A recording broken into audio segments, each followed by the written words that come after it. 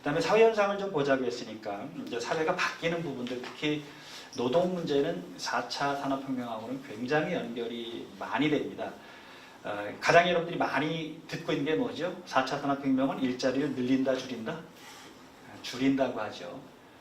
재밌는 거는 기존의 일자리는 줄어들지만 새로운 일자리는 늘어날 것이다라는 예측이죠. 그럼 여러분들이 기존의 일자리가 줄어드는 데 있다면 어떻게 해야 돼요? 새로운 일자리로 옮겨타기, 갈아타기를 여러분이 해야 되는 그런 들이 있는 거죠. 이걸 조심하시기 바랍니다. 어떻든 시대가 바뀌면 필요 없어지는 기술이 있고 그 다음에 사라지는 일자리가 당연히 있다는 거죠. 그러면 새로운 기술에 맞는 새로운 일자리가 나타나거든요.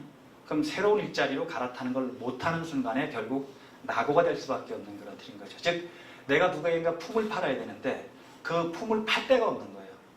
그렇다면 결국은 내가 먹고 살 수 있는 생존의 근거를 잃어버리는 틀이 되는 거잖아요.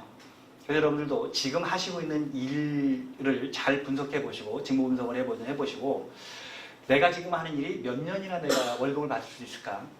또 내가 이 일을 계속한다면 언제까지 내가 이게 유효기간이 있을까라는 걸 한번 분석해 보신 다음에 만약에 유효기간이 많이 남지 않았다라고 한다면 어떻게 해야 돼요?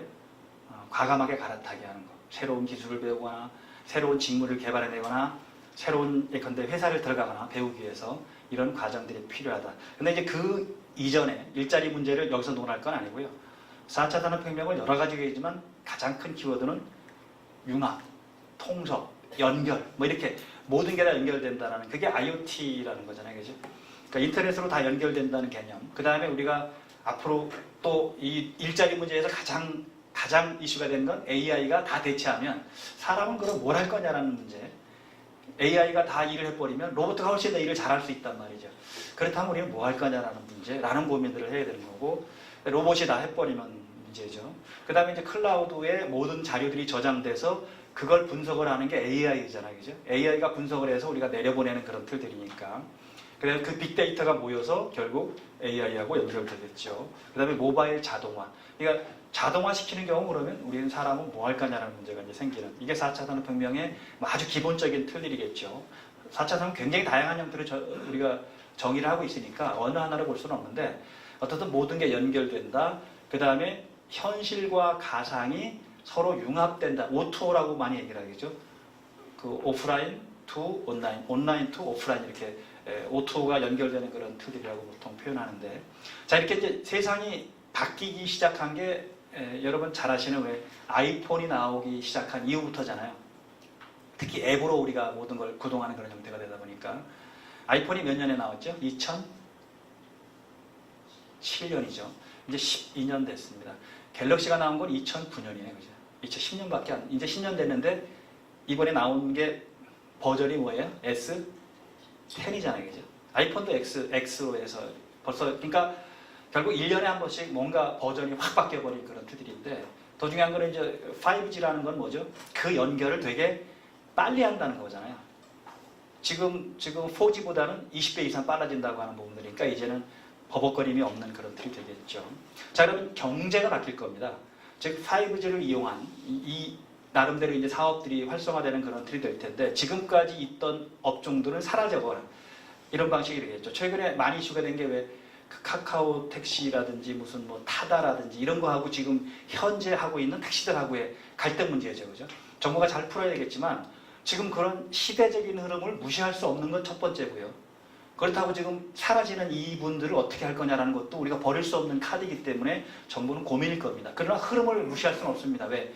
거대한 물결이기 때문에 우버라든지 이런 등등이다. 그런 흐름에서 자 그럼 이거를 중간에서 이제 컨트롤하는 게 정치, 외교라는 부분들인데 우리가 지금 상당히 어려운 환경입니다. 당파 싸움이 너무 심한 것 같아요. 조선시대보다 저는 더한 것 같아요. 그러니까 내로남불이라고 하나요? 그 말이 적당한 것 같아요. 내가 하면 다 옳은 거고 상대방이 하는 건 다 나쁜 거고 다 틀린 거고 이렇게 하는 부분들이 지금 너무 강한 거죠. 그러니까 지금 우리는 국가 경쟁력은 계속 떨어지는 상태. 국가 경쟁력만 떨어진 게 아니라 국민의 삶도 계속 나빠지는 상태. 정치가 뒷받침을 못 해주니까. 그 다음에 더더군다나 우리 지정학적으로 옛날부터 그랬지만 구한말 시대부터 그랬지만 미국과 소련과 일본과 중국 사이에서 완전히 샌드위치. 부활만 시대에는 그래도 남북이 갈라지진 않았거든요. 그래서 지금 남북이 갈라진 상태에서 지금 굉장히 어려운 건데 정치인들이 하는 꼬라지라고는 그렇죠. 부활말보다 더 당파 싸움이 심한 그러니까 국민들이 참 되게 어렵죠. 그다음에 이제 경제로 가면 저성장 무한 경쟁으로 간다라고 합니다. 마이너스 성장이라고 하는 거죠. 지금 우리가 2%라고 하지만 실질적으로는 마이너스 성장입니다. 정부가 예산을 투입하고 등등해서 끌어올리는 거지 실적은 마이너스 성장 들어선 지 한 3, 4년 넘었거든요. 그 다음에 그러다 보니까 저성장이 고착화돼 버리는 거죠. 성장률 1%, 2%에서 끝나버리는 겁니다. 문제는 성장이 안 되면 일자리가 안 만들어진다는 데 문제가 있는 거예요. 우리가 고도성장 사회에서는 적어도 1% 경제 성장을 하면 약 8만 개의 신규 일자리가 만들어졌다고 합니다. 지금은 1% 성장하더라도 약 2만 개 또는 2만 5천 개 정도로 그친다고 하는 거죠. 근데 2% 성장하면 겨우 몇 개예요? 4만 개 내지 5만 개 정도밖에 못 만들어냅니다. 그런데 1년에 신규 일자리로 들어오는 젊은 청년들은 몇 명이죠? 우리가 대학 입시를 보면 그렇죠? 몇 명이 대학 입시를 가요? 보통 한 60만 명이죠. 그럼 60만 명 중에서 취업률을 70%로 잡으면 6, 7에서 40이 42만 개의 일자리가 만들어져야 우리는 겨우 또이또이가 아니 그만은 이제 균형이 맞는 건데 지금 그게 안 되는 거죠. 참 그러니까 어려운 상황입니다. 그러니까 정부가 예산을 투입해서 일자리를 늘리고 있지만 그거는 한계가 있는 거죠. 기업이 일자리를 늘려야 되는데 다시 기업은 최저임금 문제 등등등 있으니까 아예 사람을 안 뽑고 뭘 하는 거죠? 다 기계화시키는 겁니다. 자동화시키고 그 다음에 최근에 나이 먹은 분들이 왜 어디 식당에 가도 밥을 먹는다고 그러죠? 뭐 때문에? 그 키오스크인가 뭔가 왜 화면 보고 해야 되는데 저도 가도 이게 지금 지하철 타는 것도 왜 이제 표 파는 사람이 있으면 하나 주세요 하면 되는데 뭐 했어요? 그냥 이게 뭐야 이렇게 하고 조작하는 방법을 모르거든요. 잘. 왜 익숙하지 않으니까.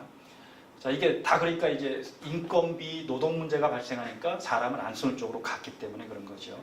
그 다음에 글로벌 무한 경쟁 시대라는 겁니다. 이제는 전 세계가 다 하나의 시장이잖아요.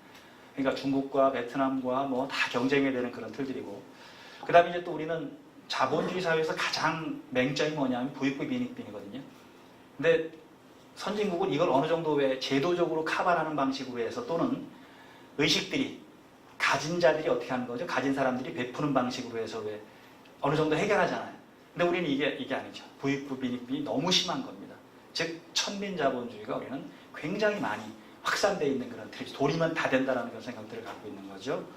자, 그러면 사회가 양극화, 그다음에 고령화로 가는데 지독한 이기주의입니다.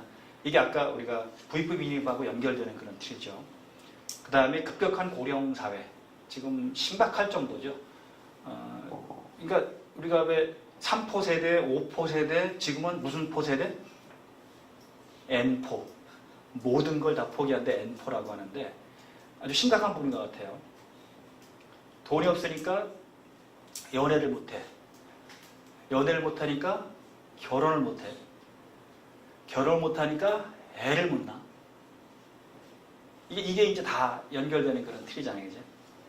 그래서 이 고령사회라는 부분들이 아마 심각할 겁니다.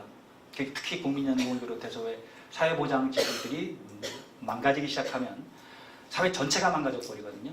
그러니까 공동연대라는 틀이 망가져 버리면 사회가 망가지는 그런 틀들이 있을 거니까요. 그 다음에 고용원론 성장이 그런 겁니다.